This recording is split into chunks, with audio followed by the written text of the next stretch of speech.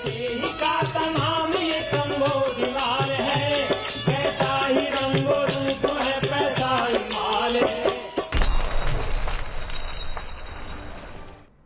नमस्कार, मनी 9 की खास पेशकश मनी सेंट्रल में आपका स्वागत है और आज मैं हूं आपकी होस्ट प्रियंका संभव।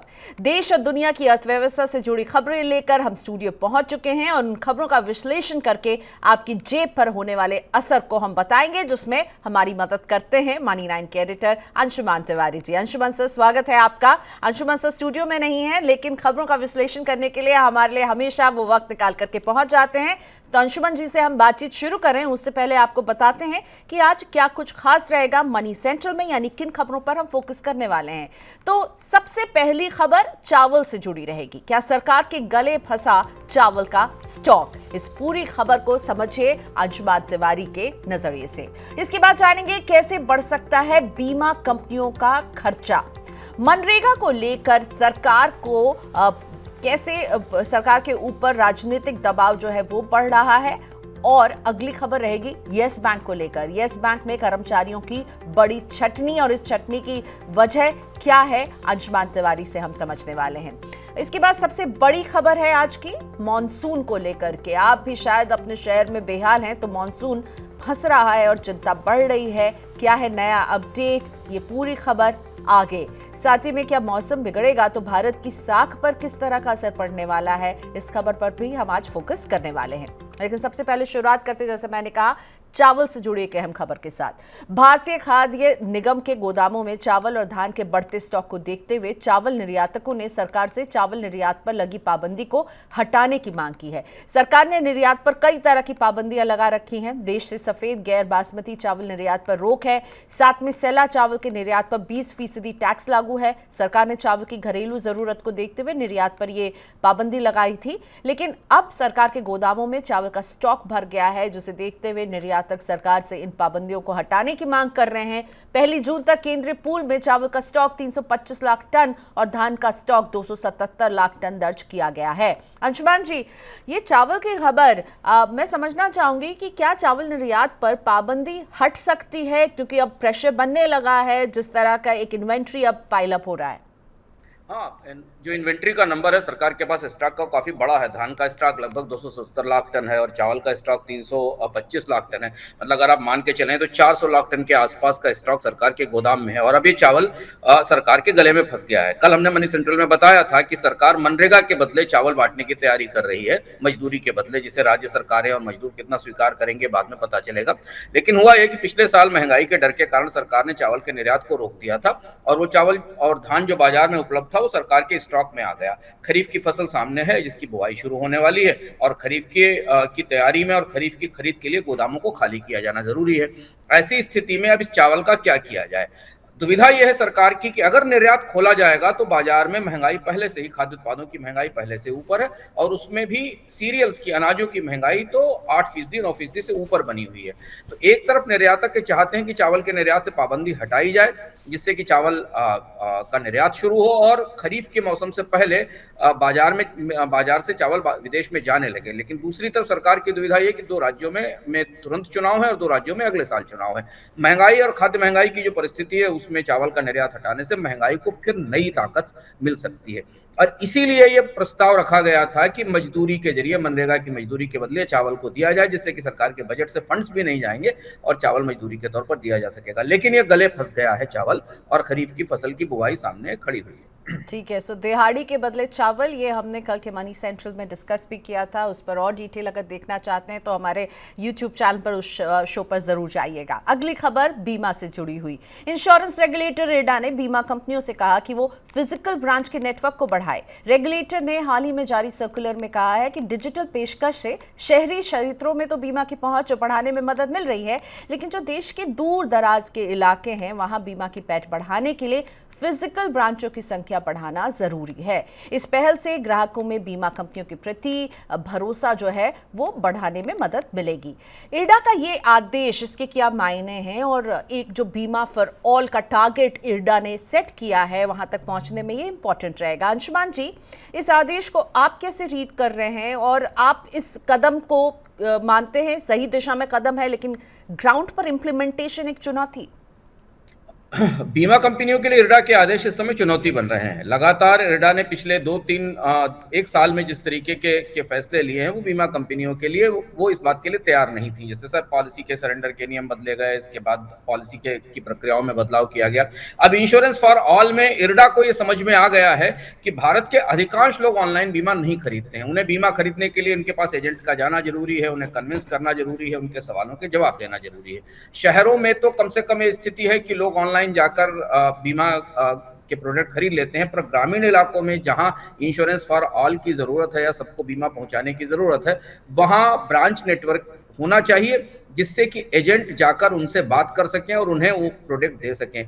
बीमा कंपनियों के सामने अब दोहरी चुनौती है, खासतौर से निजी बीमा कंपनियों के सामने। यहाँ एलआईसी थोड़ी बढ़त की स्थिति में दिखती है क्योंकि एलआईसी का ब्रांच नेटवर्क देश भर में फैला हुआ है ज्यादातर जगह, और उसके ब्रांच के बाद उसके आगे उसके एजेंट्स का नेटवर्क काफी बड़ा है और उसके एजेंट्स के पर्सनल कनेक्ट है जिनके जरिए वो बेचते हैं। निजी बीमा कंपनियों के पास अभी ये सुविधा नहीं है। निजी बीमा कंपनियां अभी भी ऑनलाइन प्रचार के जरिए और जो एजुकेटेड वेल्दी लोग हैं उनके लिए वो प्रोडक्ट बना रहे हैं जिन्हें टर्म इंश्योरेंस के बारे में पता है, जिन्हें पता है कि उन्हें बीमा कैसे खरीदना है। और ऐसी स्थिति में अब बीमा कंपनियों को इन्वेस्टमेंट बढ़ाना होगा जिससे उनकी लागत बढ़ेगी।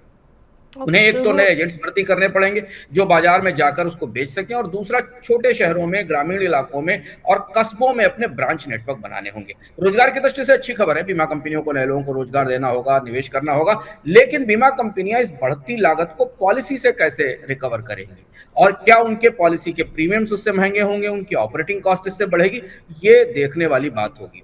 बीमा कंपनियों पर अब ये पिछले 2 साल से जो बदलते हुए नियम है, जो नया रेगुलेशन आ रहा है, वो चुनौती बना है, खासतौर से निजी बीमा कंपनियों के लिए। तो देखना होगा कि बीमा कंपनियां फिजिकल नेटवर्क में जितना इन्वेस्टमेंट करती हैं उस आधार पर भारत के लोगों के लिए बीमा महंगा तो नहीं होता है। ठीक है, चलिए अगली खबर बहुत इंपॉर्टेंट है। श्रम सुधारों की दिशा में सरकार एक बड़ा कदम उठाने जा रही है। इसके तहत एक श्रम कल्याण और रोजगार सूचकांक यानी कि LWEI विकसित किया जा रहा है। ये सूचकांक रोजगार, श्रम कल्याण और सामाजिक सुरक्षा कवरेज और उत्पादकता के मापदंडों के आधार पर राज्यों और केंद्र शासित प्रदेशों को रैंक प्रदान करेगा। अंशुमान जी, सरकार लेबर इंडेक्स आखिर क्यों लॉन्च करना चाहती है, क्या मकसद है इसका? एक और इंडेक्स जिसके आधार पर राज्यों में श्रम कल्याण की योजनाओं की और उन परिस्थिति का आकलन किया जा सके। आमतौर पर सरकारें इस तरीके की व्यवस्था और इस तरीके की पैमाइश करती रहती हैं, पर चुनौती यहाँ दूसरी है लेबर सेक्टर में। क्योंकि भारत में असंगठित क्षेत्र के श्रमिक सबसे ज्यादा हैं, कोविड के बाद नौकरियों में कमी आई है, रोजगार गए हैं, तो ज्यादा बड़ी चुनौती रोजगार देने की है। क्योंकि श्रम कल्याण, रोजगार से बड़ा श्रमिक कल्याण कोई नहीं है। जब तक लोगों के हाथ में काम नहीं होगा तब तक वो किसी तरीके की बेहतर जिंदगी नहीं जी पाएंगे। तो ये सूचकांक, सरकार की ये कोशिश हो सकती है कि राज्य सरकारों के स्तर पर इस बात के लिए प्रमोट किया जाए कि उन्हें वो और ज्यादा बेहतर कदम उठाएं राज्यों में अपने यहाँ श्रमिकों के कल्याण के लिए। लेकिन रोजगार की चुनौती सबसे बड़ी है जो अभी भी बनी हुई है, उसका समाधान इस सूचकांक से निकल पाएगा ये थोड़ा मुश्किल है। अगली खबर, राष्ट्रीय स्वयं सेवक संघ यानी RSS से जुड़े मजदूर संगठन भारतीय मजदूर संघ ने केंद्र सरकार से मनरेगा के तहत दिए जाने वाले रोजगार को बढ़ाने और पुरानी पेंशन योजना को बहाल करने की मांग रखी है। और भारतीय मजदूर संघ ने सरकार से कहा है कि मनरेगा के तहत प्रति परिवार दिए जाने वाले 100 दिन के रोजगार को बढ़ाकर 200 दिन कर दिया जाए। साथ में कृषि और उससे जुड़े कार्यों को भी मनरेगा के साथ जोड़ा जाए। इसके अलावा संगठन ने कहा है कि सरकार को पुरानी पेंशन योजना को बहाल करने की भी जरूरत है। रोजगार की बात हो रही थी और एक ये नई डिमांड, क्या सरकार पर राजनीतिक दबाव बढ़ाने के लिए मनरेगा का रोजगार बढ़ाने की मांग हो रही है? आरएसएस और सरकार के रिश्तों को लेकर पिछले 2 महीने से काफी कुछ चल रहा है। अलग अलग मंचों से सरकार पर आरएसएस के प्रमुख लीडरशिप की टिप्पणियां, और उस बीच में ये दोनों मांग सरकार के लिए बड़ी चुनौती है। सरकार इसे मानेगी तो नहीं, इस बात की संभावना ना के बराबर है। लेकिन मनरेगा पर आरएसएस का इतना जोर, भारतीय जनता पार्टी की अभी तक की जो पॉलिटिकल लाइन है मनरेगा को लेकर, उससे बिल्कुल अलग है। पिछले 10 सालों में हमने सरकार को में उच्च स्तर से कहते सुना है कि मनरेगा काम की स्कीम नहीं है, लेकिन मनरेगा को चलाए रखना पड़ा क्योंकि भारत में ग्रामीण इलाकों में रोजगार देने की और कोई स्कीम उपलब्ध नहीं है। अब यहाँ चुनौती ये है कि भारत में मनरेगा के तहत बमुश्किल 30 दिन का 28 दिन का रोजगार मिल पाता है, जबकि 45 दिन के रोजगार की गारंटी मनरेगा देती है। ज्यादातर राज्यों में मनरेगा का लंबा बैकलॉग है, लोगों के पास काम उपलब्ध नहीं है। ऐसी स्थिति में सरकार की कोशिश है कि मनरेगा का बजट कट किया जाए, कम किया जाए। आपको याद होगा पिछले से पिछले साल के बजट में सरकार ने मनरेगा के बजट को कम किया था, इस उम्मीद में कि अब तो इकोनॉमी रिकवर कर गई है, कोविड से हम बाहर निकल आए हैं, शहरों और गांवों में रोजगार मिलना शुरू होंगे, मनरेगा के रोजगारों की जरूरत नहीं होगी। पर मनरेगा के रोजगारों की डिमांड वहीं बनी रही उसी तरीके की, और 2 बार सरकार को उस बजट में बढ़ोतरी करनी पड़ी। इस बार की स्थिति यह है कि फसल की कटाई के सीजन में, रबी की फसल की हार्वेस्टिंग के सीजन में भी मनरेगा के रोजगारों की मांग वहीं खड़ी हुई थी। ऐसी स्थिति में जब सरकार निर्धारित 45 दिन का रोजगार भी मनरेगा में नहीं दे पा रही है, आरएसएस के सहयोगी अनुषंगिक संगठन की जो मांग है कि 200 दिन का रोजगार दिया जाए, सरकार का बजट शायद इसे बर्दाश्त नहीं कर पाएगा, क्योंकि मनरेगा का बजट वैसे ही रिकॉर्ड लेवल तक पहुंच चुका है। लेकिन एक राजनीतिक रूप से दबाव है इसे लेकर। मनरेगा सरकार के लिए दुविधा है कि सरकार मनरेगा स्कीम को बहुत वरीयता वाली स्कीम नहीं मानती है। तो अब ऐसा लगता है कि सरकार का जो थिंक टैंक है वो मान रहा है कि मनरेगा ही एक ऐसी स्कीम है जो ग्रामीण इलाकों में रोजगार की समस्या का समाधान कर सकती है फिलहाल, जबकि ग्रामीण रूरल एरिया में डिस्ट्रेस है। इसलिए मनरेगा को लेकर बजट में क्या आता है देखने की बात होगी। एक प्रस्ताव और भी पहले से मौजूद है कि मनरेगा जैसी स्कीम शहर में भी लागू की जाए, शहरी श्रमिकों के लिए भी मनरेगा जैसी स्कीम लाई जाए। तो एक दूसरा प्रस्ताव वो भी है। पुरानी पेंशन योजना, सरकार ने इस योजना पिछले विधानसभा चुनावों में कांग्रेस की सरकारें हारी, और उसके बाद सरकार ने यह भी कहा, भाजपा की तरफ से कहा गया कि ये तो पुरानी पेंशन योजना के खिलाफ मैंडेट था, उसकी तो अब जरूरत ही नहीं है। पुरानी पेंशन योजना देने वाली सरकारें तो सत्ता में हार गई, और उसके बाद वो सारी पुरानी पेंशन योजनाओं के जो फैसले लिए गए थे वो सब वापस हो गए, सब जगह नई पेंशन स्कीम लागू हो गई। सरकार नई पेंशन स्कीम में डिफाइंड पेंशन का एक कंपोनेंट लाने की तैयारी कर रही है, जिस बार बजट में आएगा। लेकिन कर्मचारियों की इस मांग का समर्थन किया जाना फिर सरकार के लिए बड़ा सिरदर्द है, क्योंकि 8वें वेतन आयोग की उल्टी गिनती भी शुरू हो गई है। इस बात की भी मांग शुरू हो गई। 8वां वेतन आयोग और पुरानी पेंशन दोनों मिलाकर कर्मचारी एक साथ मांग कर रहे हैं। तो अब आगे बढ़ते हुए सरकार के लिए 2 बड़े फैसले बजट के आधार पर, मनरेगा का बजट बढ़ाना और वेतन आयोग और पुरानी पेंशन, इस पर क्या रुख लिया जाता है देखना होगा। बजट का हमें इंतजार करना पड़ेगा।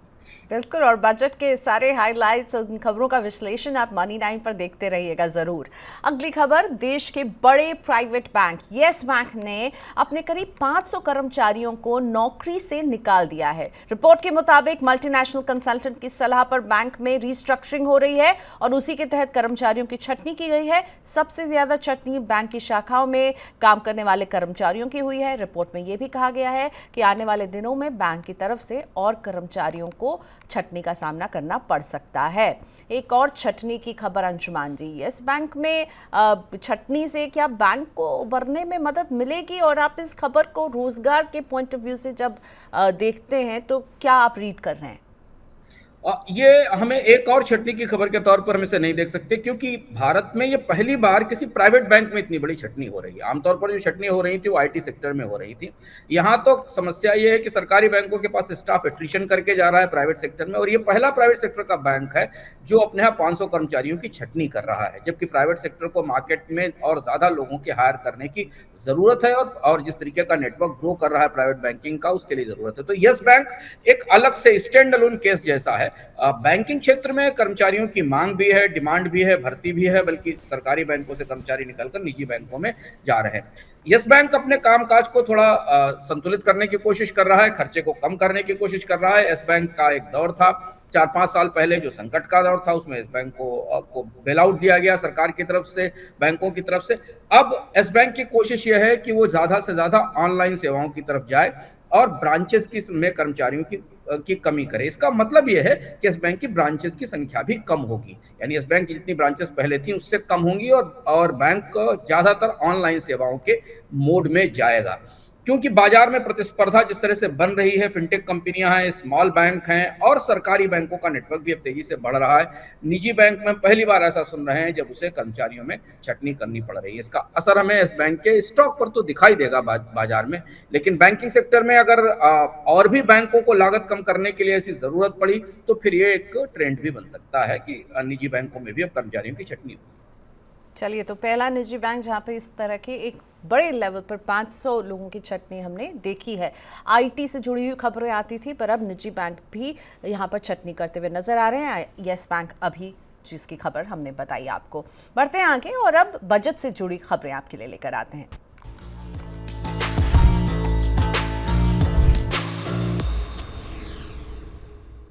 शहरों में रहने वाले आर्थिक रूप से कमजोर, निम्न और मध्यम आय वाले लोगों के लिए सरकार एक नई अफोर्डेबल हाउसिंग स्कीम लाने पर विचार कर रही है। इस स्कीम की घोषणा आगामी बजट में हो सकती है। नई स्कीम जून 2015 में शुरू की गई प्रधानमंत्री आवास योजना को रिप्लेस कर सकती है। मतलब उसकी जगह हम देख सकते हैं इस तरह की एक स्कीम को आते हुए, और इस साल दिसंबर में ये खत्म होने वाली थी। तो सरकार के पास वहां पर स्पेस भी है कि एक आवास योजना खत्म हो रही है और वहां पर क्या हम एक अफोर्डेबल योजना को आते हुए देखेंगे।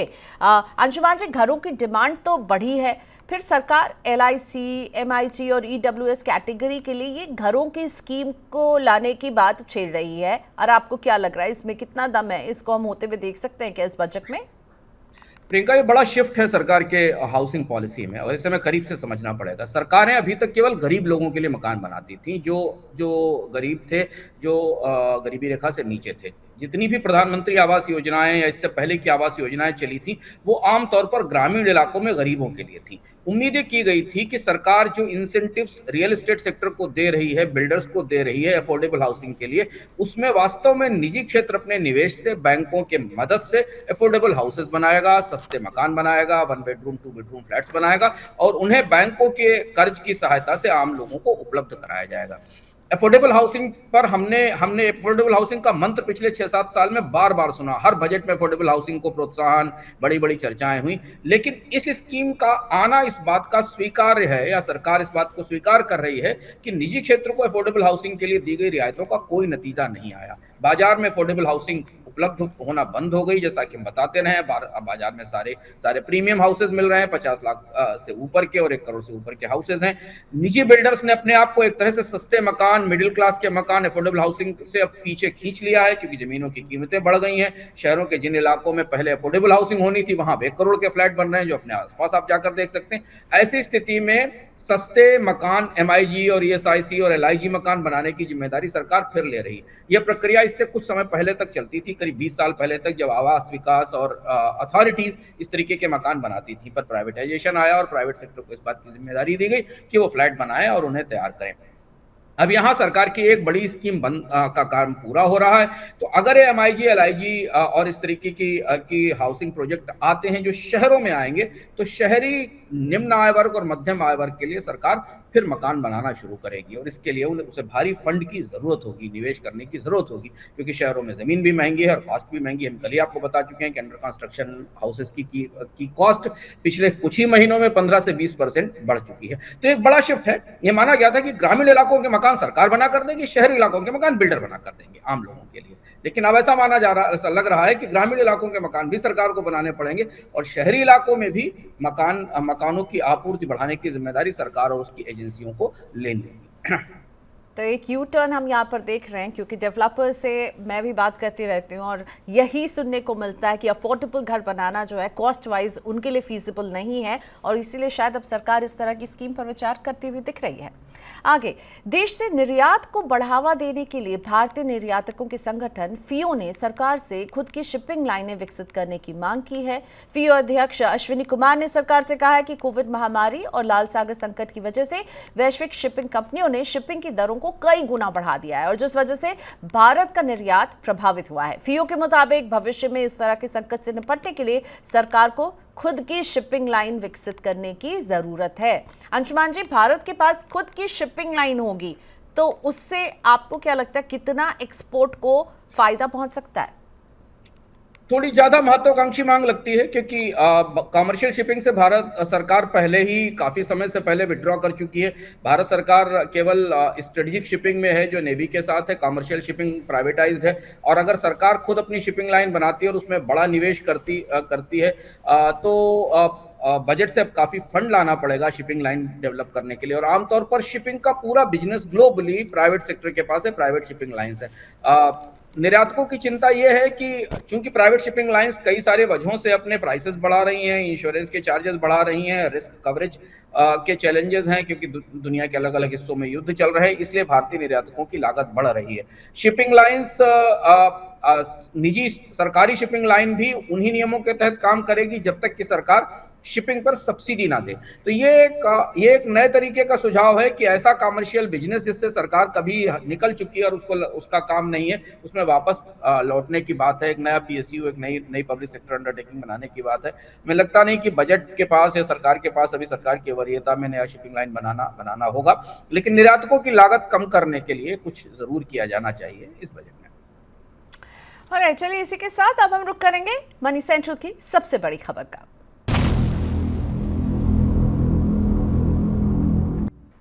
मॉनसून सीजन लगभग 1/4 खत्म होने को है और लगभग पूरे उत्तर भारत में अब भी मॉनसून का इंतजार हो रहा है। पूर्व में मॉनसून अब भी बिहार और झारखंड में फंसा हुआ है। दक्षिण से आगे बढ़ते हुए अभी तक मध्य प्रदेश ही कवर कर पाया है। अब तक बीते मॉनसून सीजन के दौरान देश भर में सामान्य के मुकाबले 19% कम बरसात हुई है। मौसम विभाग के मुताबिक 1 जून से 25 जून तक देश भर में औसतन 103 मिलीमीटर बारिश हुई है, जबकि सामान्य तौर पर इस दौरान 126.9 मिलीमीटर बरसात होती है। उत्तर भारत में मानसून की देरी की वजह से खरीफ फसलों की खेती में भी देरी हो रही है। तो इस खबर को और डिटेल में समझते हैं। अंशुमान जी, मानसून में कुछ सुधार हो पाएगा या उम्मीद कम है? अभी तक जो देरी हुई है उससे नुकसान की भरपाई संभव नजर आ रही है? अब मानसून काफी चिंतित करने वाला है और ये खबर करीब से समझना जरूरी है और इसका हमें शेयर बाजार और अर्थव्यवस्था पर असर दिखाई देगा। देखिए, हम बिल्कुल जून के अंत में हैं। खरीफ सीजन की बुआई का यही समय है और इस समय जो मानसून का मैप हमारे सामने दिख रहा है, उस मैप में मध्य प्रदेश के एक हिस्से तक तो मानसून पहुंचा है, लेकिन उसकी गति, रफ्तार और इंटेंसिटी उतनी ज्यादा नहीं है। पूर्व से मानसून बहुत धीमे धीमे आगे बढ़ रहा है। बंगाल के कुछ हिस्से को कवर किया है, पर बिहार और झारखंड में पूरे हिस्से में मानसून की बारिश नहीं है और जो पश्चिम वाली धारा है वो भी कमजोर हो रही है। और इसलिए जून आते आते, यानी मानसून का जो सबसे पीक सीजन है वो शुरू होते होते भी भारत में अभी रेन का डेफिसिट 20% है और ये काफी बड़ा डेफिसिट है। खासतौर से अगर पुराने डेटा के हिसाब से आप देखें, मानसून के पिछले वर्ष के डेटा के हिसाब से देखें, तो जून के अंत में 20% का रेन डेफिसिट ये बता रहा है कि अब खरीफ की बुवाई में देरी होने का पूरा खतरा है और ये आशंका सामने दिख भी रही है, क्योंकि अब इस मौसम में जब तक कि बारिश शुरू होगी और उत्तर भारत के मुख्य खरीफ उत्पादक इलाकों में या जिन इलाकों में धान की बुवाई होती है वहां तक बारिश पहुंचेगी और मानसून पहुंचेगा, वो कमजोर होकर पहुंचेगा और कमजोर होकर पहुंचने का असर है कि उस इलाके में बुवाई पर असर पड़ेगा और इसलिए मानसून अब बहुआयामी चिंता का विषय है, रिजर्व बैंक के लिए भी, अंतर्राष्ट्रीय एजेंसियों के लिए भी और शेयर बाजार के लिए भी। दूसरी बड़ी चुनौती यह है कि इस दौरान जून के महीने में टेम्परेचर जितना ज्यादा रहा है पूरे उत्तर भारत के और पश्चिम भारत के इलाकों में, उसके असर से एटमॉस्फेयर में मॉइस्चर की कमी काफी ज्यादा हुई है। तो सामान्य से ज्यादा और बेहतर मानसून की जरूरत है, जो कि अभी दिखाई नहीं दे रहा है। एक और चीज यहाँ ध्यान रखना जरूरी है कि इस तरीके के आकलन भी आए थे कि जुलाई के बाद अगस्त से भारत में ज्यादा बारिश होगी, क्योंकि ला निना सक्रिय होगा और अगर ऐसा होता है तो फसल के लिए दोहरी मुसीबत है, क्योंकि जब बुआई, एक तो देर से बुआई शुरू होगी, जब मानसून देर से पहुंचेगा और जब तक बुआई होकर फसल थोड़ी खड़ी होगी तब तक भारी बारिश का अंदेशा है जो बाढ़ की संभावना लेकर आएगा। वो मानसून का चक्र इस बार काफी उलझा हुआ लग रहा है और अब इसको लेकर चिंता हो रही है। बिल्कुल, तो ये चिंता जो है एक्सपर्ट्स को भी हो रही है, क्योंकि एक्सपर्ट्स का मानना है कि मानसून सीजन के दौरान बरसात की कमी की वजह से खाद्य महंगाई में बढ़ोतरी हो सकती है। उधर reserve bank governor Shaktikanta Das ने कहा है कि महंगाई को नियंत्रित करने के लिए और अधिक प्रयास करने की भी जरूरत है। रिजर्व बैंक महंगाई की दर को घटाकर 4% तक लाने का प्रयास कर रहा है। फिलहाल मई के दौरान महंगाई दर 4.7% दर्ज की गई है। खाद्य महंगाई की वजह से रिजर्व बैंक को महंगाई दर को 4% तक लाने में चुनौती पेश हो रही है। आप बात ही कर रहे हैं अंशुमान जी कि मॉनसून की वजह से जो चिंताएं बढ़ेंगी और महंगाई की चिंता को भी और भड़का ही देगी। देखिए, बाजार तो मानसून की देरी को कायदे से पढ़ रहा है, खासतौर से कमोडिटी बाजार कायदे से पढ़ रहा है। बाजार में मस्टर्ड की, सरसों की कीमत एमएसपी से ऊपर चली गई, गेहूं की कीमत ऊंची है, सरकार को स्टॉक लिमिट्स लगानी पड़ी। कल हमने आपको बताया था, क्योंकि सरकार को लग रहा है कि मानसून थोड़ा भी डामाडोल हुआ तो अनाज की महंगाई खासी ज्यादा होगी। मानसून का सुस्त होने की प्रक्रिया जिस दिन से शुरू हुई थी, जून के पहले हफ्ते से और मई के अंत से, उसके बाद से ही अगर आप करीब से बाजार में देखें तो बाजार में जितने खाद्य उत्पाद थे उनकी कीमतों में बढ़ोतरी शुरू हो गई थी। और अब जबकि इस बात की संभावना स्थापित हो गई कि 20% का डेफिसिट है और ये डेफिसिट अगर पूरे सीजन में कैरी होकर 10% भी रह जाता है, तो इसका मतलब यह है कि बाजार खाद्य महंगाई के नए दौर की तैयारी कर रहा है। और अगर खरीफ की, अब इसके बाद जो सबसे बड़ा चैलेंज आरबीआई गवर्नर के लिए होने वाला है कि अगर मानसून की कमजोरी से या देरी से खरीफ की बुवाई का एरिया या रकबा कम हो जाता है, या खरीफ की बुवाई पिछले साल से कम रहती है और धान के उत्पादन में कमी के आकलन मिलने लगते हैं जुलाई के अंत तक, तब फिर खाद्य महंगाई को संभालना और ज्यादा मुश्किल हो जाएगा। ध्यान रखना जरूरी है कि तत्काल इस खरीफ सीजन के बाद भारत में 4 राज्यों के विधानसभा चुनाव भी होने वाले हैं। इसीलिए हमने शुरुआत में आपसे कहा था कि सरकार चावल का निर्यात खोलने से पहले कई बार विचार करेगी, क्योंकि खरीफ के ऊपर कमजोर मानसून का साया दिखाई दे रहा है। और कमज़ोर मानसून, ऊपर से मौसम में बदलाव, ये चिंता जो है ये अब ग्लोबल रेटिंग एजेंसी मूडीज़ की बातों में भी नज़र आ रहा है। ग्लोबल रेटिंग एजेंसी मूडीज़ ने भारत को लेकर कहा है कि पानी की बढ़ती किल्लत और मौसम में बदलाव की वजह से आ रही प्राकृतिक आपदा की वजह से भारत की सॉवरेन क्रेडिट स्ट्रेंथ पर असर पड़ सकता है। मूडीज़ ने कहा है कि पानी की कमी की वजह से भारत में कृषि और इंडस्ट्रियल सेक्टर पर असर पड़ेगा। मूडीज़ ने भारत में पर्यावरण की चुनौतियों को लेकर एक रिपोर्ट तैयार की है, जिसमें भारत को लेकर ये सब बातें कही गई हैं। अंशुमान जी, आप लगातार वेदर के चेंजिंग फिनोमेना, ग्लोबल वार्मिंग पर बात करते हुए आ रहे थे। मूडीज़ की ताज़ा रिपोर्ट भी यही कह रही है, और इस भारत की रेटिंग के गिरने को आप कैसे रीड करते हैं? ये चौंकाने वाली भविष्यवाणी है, और मूडीज आमतौर पर अभी तक भारत की साख के बारे में, दुनिया की साख के बारे में जो भविष्यवाणियां करता है या जो संकेत देता है, वो फिस्कल स्थिति पर, डेट के ऊपर, इकोनॉमी की ग्रोथ के ऊपर है।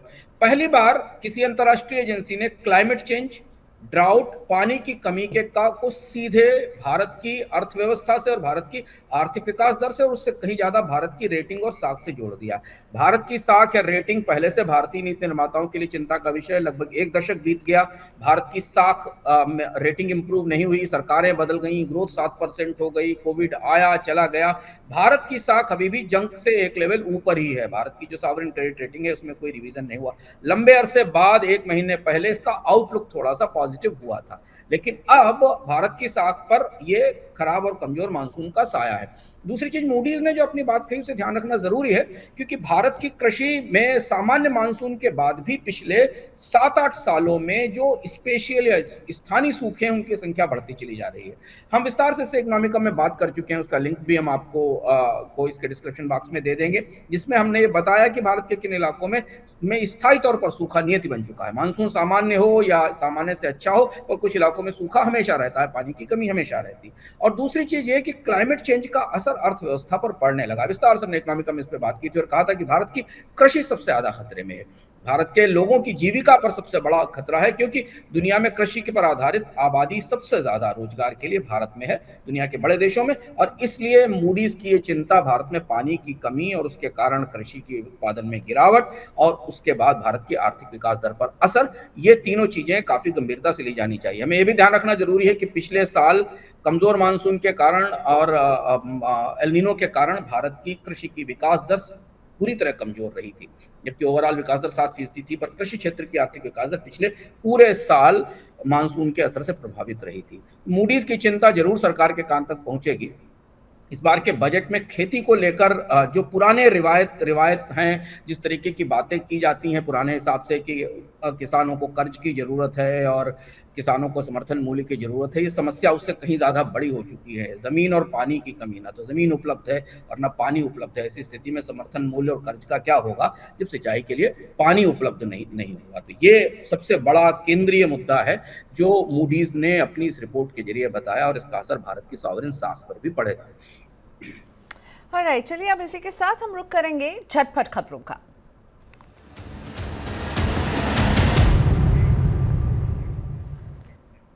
टेलीकॉम स्पेक्ट्रम नीलामी को पहले दिन ठंडी प्रतिक्रिया मिली है। 5 राउंड की नीलामी में करीब 11,000 करोड़ रुपए मूल्य की बोलियां ही लगाई गई। सरकार 96,238 करोड़ रुपए के रिजर्व प्राइस पर 10,500 मेगाहर्ट्ज स्पेक्ट्रम की नीलामी कर रही है। इस नीलामी में रिलायंस जियो, भारती एयरटेल और वोडाफोन आइडिया भाग ले रही हैं। इस नीलामी में कंपनियां 5G सेवा के लिए स्पेक्ट्रम हासिल करना चाहती हैं। विदेशों में रहने वाले भारतीयों ने वित्त वर्ष 2023-24 में रिकॉर्ड 107 अरब डॉलर देश में भेजे हैं। ये लगातार दूसरा साल है जब भारतीयों ने 100 अरब डॉलर से ज्यादा रेमिटेंस भेजा है। नेट रेमिटेंस की ये राशि जो है वो एफडीआई और पोर्टफोलियो इन्वेस्टमेंट के जरिए आई कुल रकम से ज्यादा है। वित्त वर्ष 2023-24 में एफडीआई और पोर्टफोलियो निवेश 54 अरब डॉलर का रहा था। अगली खबर, अदानी एंटरप्राइजेज ने अगले 10 साल में अपने एयरपोर्ट बिजनेस में 2.25 लाख करोड़ रुपए का निवेश करने की योजना बनाई है। यह निवेश अदानी एयरपोर्ट होल्डिंग के जरिए किया जाएगा। अदानी एयरपोर्ट होल्डिंग अभी देश में 7 एयरपोर्ट का संचालन कर रही है। अदानी ग्रुप ने चालू वित्त वर्ष में अपनी विभिन्न कंपनियों में 1.3 लाख करोड़ रुपए का निवेश करने की योजना बनाई थी। अंशुमान जी, 3 झटपट खबरें हम आपके लिए लेकर आए थे, अपने दर्शकों के लिए लेकर आए थे। इनमें आप किस खबर के बारे में बताना चाहेंगे और थोड़ा सा विस्तार से आप जैसे पिक करना चाहेंगे कि ये एक इंपॉर्टेंट खबर है? 5G स्पेक्ट्रम के ऑक्शन को करीब से देखने की जरूरत है। भारत में 5G स्पेक्ट्रम के लिए होड़ खत्म हो गई है। जो पहले दिन का आंकड़ा हमारे सामने है उसमें 900 से 1800 मेगाहर्ट्ज के बैंड के लिए सबसे ज्यादा बोलियां आई हैं और यही 5G का मेन बैंड है जिस बैंड में सबसे ज्यादा ऑपरेटर्स इस स्पेक्ट्रम को चाहते हैं। पर दिलचस्प बात यह है कि ज्यादातर बोलियां रिजर्व प्राइस पर आई हैं, यानी किसी भी ऑपरेटर ने रिजर्व प्राइस से आगे बढ़कर बोली नहीं लगाई है। इसका संकेत है कि हालांकि ऑक्शन का पहला दिन है, इसके अलावा 2100 और 2500 मेगाहर्ट्ज के बैंड भी जिन पे शायद बिड्स आएंगी, लेकिन इससे संकेत ये मिल रहा है कि स्पेक्ट्रम ऑक्शन में सरकार को कुछ बहुत ज्यादा फायदा नहीं मिलने वाला। अब वो उस तरीके की प्रतिस्पर्धा नहीं दिखाई देगी कंपनियों के बीच में कि ऊंची कीमत लगाकर महंगी कीमत पर स्पेक्ट्रम खरीदा जाए, क्योंकि 5G नेटवर्क में 2 कंपनियां पहले से मौजूद हैं। उनका भारत में बना हुआ नेटवर्क है और उनकी आमतौर पर डुपोली है। उन्होंने अपनी क्षमता और भविष्य के विस्तार के लायक स्पेक्ट्रम पहले ही ले लिया है। इस स्पेक्ट्रम की खरीद केवल भविष्य के कुछ और योजनाओं की दृष्टि से की जा रही है। स्पेक्ट्रम की डिमांड भी अब सीमित है और उस डिमांड सीमित होने के कारण सरकार को इससे बहुत ज्यादा पैसा मिलने की जरूरत नहीं है। रिजर्व प्राइस के आसपास ही स्पेक्ट्रम का ऑक्शन होगा, ऐसा पहले दिन का संकेत मिल रहा है। इसी के साथ धन्यवाद अंशुमान जी, आज आपने वक्त निकाला मनी सेंट्रल के लिए। शुक्रिया आप सभी का जो लोग हमारे साथ जुड़े हुए थे। अपनी प्रतिक्रियाएं, अपनी राय हमें भेजते रहिए कमेंट सेक्शन में। हमें इंतजार रहता है ये आपसे भी सुनने के लिए कि आप हम जो ये खबरें लेकर आते हैं वो आपको कैसी लगती हैं। आज के लिए इतना ही। मनी सेंट्रल में दीजिए इजाजत। नमस्कार।